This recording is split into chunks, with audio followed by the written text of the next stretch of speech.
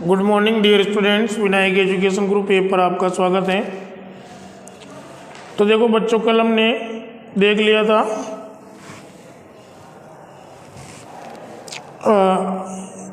अपवर्तनांक, सापेक्ष अपवर्तनांक तक। अब देखो उसके आगे हम बढ़ते हैं, अपवर्तनांक को म्यू द्वारा प्रदर्शित करते हैं।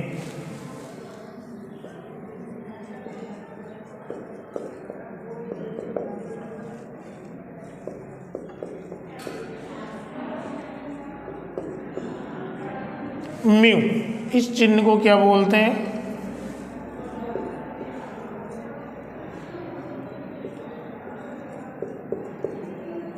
म्यू द्वारा प्रदर्शित करते हैं। किसके द्वारा? म्यू द्वारा प्रदर्शित करते हैं। ठीक है, तो अब सूत्र हो जाएगा बच्चों म्यू टू वन, यानी कि दूसरे का पहले के सापेक्ष निकाला, म्यू टू वन बराबर V1 बटे V2।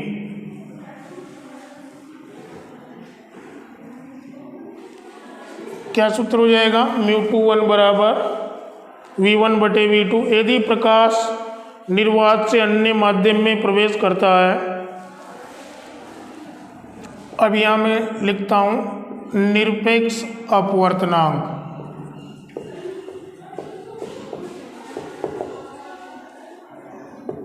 यदि प्रकाश निर्वात से अन्य माध्यम में प्रवेश करता है,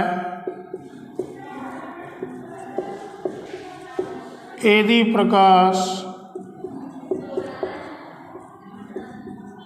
निर्वात से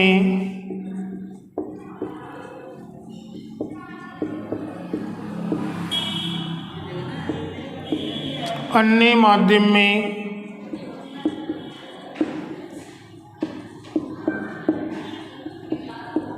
प्रवेश करता है,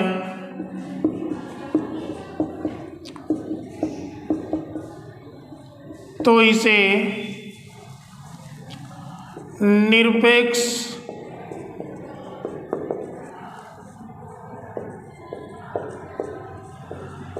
अपवर्तनांक कहते हैं।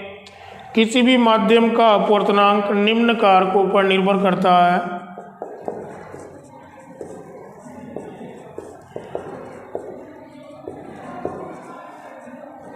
किसी भी माध्यम का अपवर्तनांक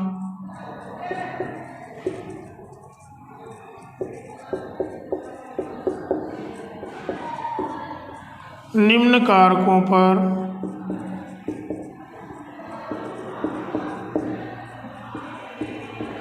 निर्भर करता है।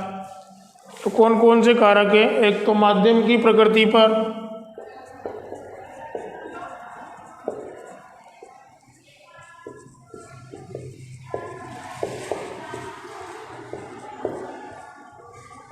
दो माध्यम के घनत्व पर,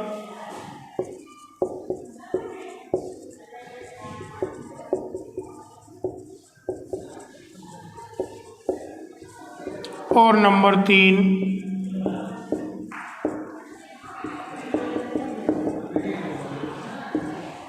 प्रकाश के रंग पर। तीन चीज़ों पर निर्भर करता है, माध्यम की प्रकृति पर, माध्यम के घनत्व पर और प्रकाश के रंग पर। ठीक है, तो जो माध्यम का जो अपवर्तनांक, किसी भी माध्यम का जो अपवर्तनांक है वो किस किस पर निर्भर करता है? तीन चीज़ों पर डिपेंड करता है। नंबर एक माध्यम की प्रकृति, नंबर दो माध्यम के घनत्व पर और नंबर तीन प्रकाश के रंग पर। ठीक है, अब आगे देखते हैं बच्चों, बैंगनी रंग में प्रकाश का अपवर्तनांक सर्वाधिक, बहुत इंपॉर्टेंट पॉइंट है। बैंगनी रंग में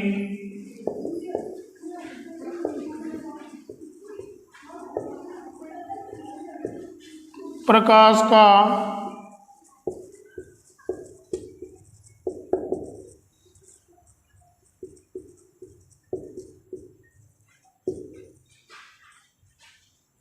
अपवर्तनांक सर्वाधिक तथा लाल रंग में प्रकाश का अपवर्तनांक सबसे कम होता है।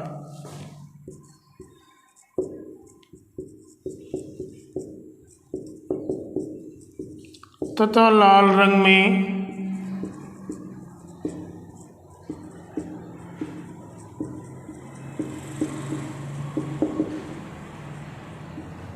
बैंगनी रंग में तो प्रकाश का अपवर्तनांक सर्वाधिक और लाल रंग में प्रकाश का अपवर्तनांक सबसे कम होता है।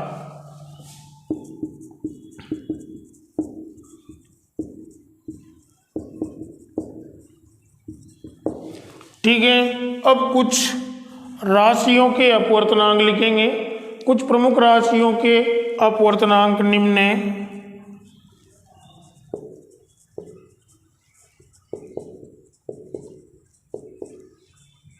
कुछ प्रमुख राशियों के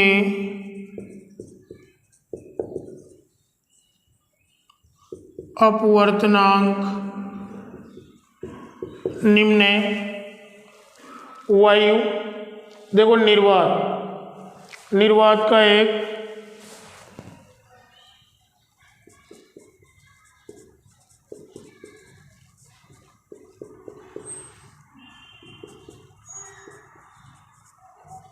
वायु का होता है 1.003, 1.0003।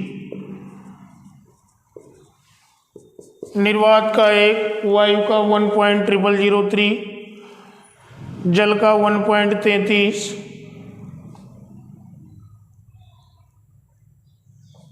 जल का 1.33, उसके बाद में कांच का 1.54,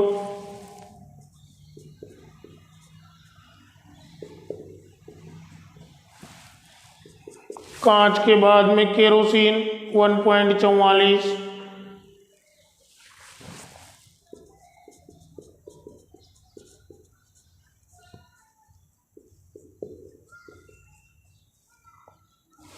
अब इधर लिख देता हूँ मैं। केरोसिन के बाद में तारपीन, हीरा, ग्लिसरीन, पहले नाम लिख देता हूँ। तारपीन,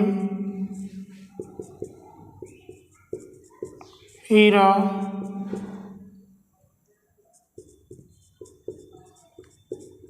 ग्लिसरीन और लास्ट है कार्बन डाइसल्फाइड।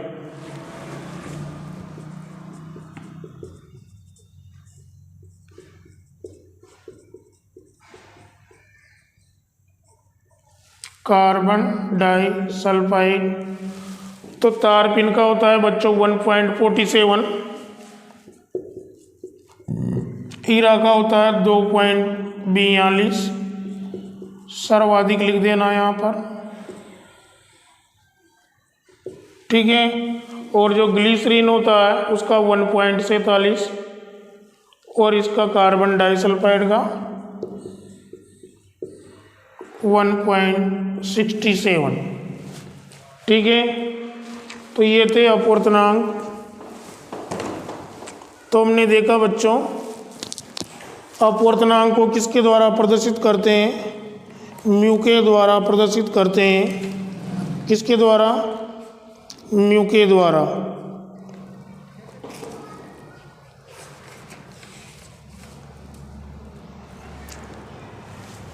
ठीक है, अब देखो इस सूत्र को मैं एक मिनट बता। यदि निर्वात में प्रकाश का वेग हम मान लें c और माध्यम में प्रकाश का वेग v मान लें। यदि निर्वात में प्रकाश का वेग c और माध्यम में प्रकाश का वेग v हो तो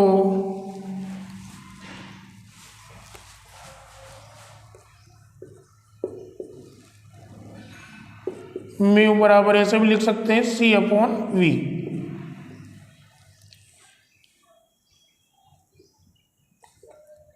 यानी कि इस फॉर्मूले का भी हम यूज कर सकते हैं। तो C बराबर तो क्या है, निर्वात में प्रकाश का वेग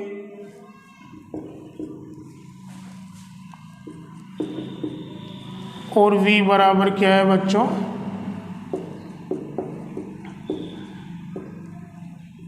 माध्यम में प्रकाश का वेग। ठीक है,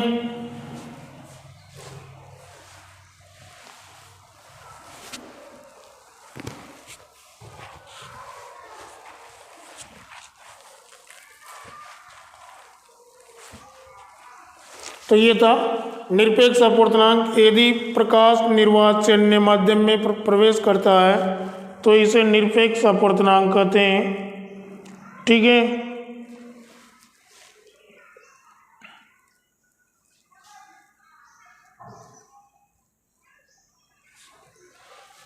उसके बाद में देखा किसी भी माध्यम का अपूर्णांक 3 चीज़ों पर निर्भर करता है।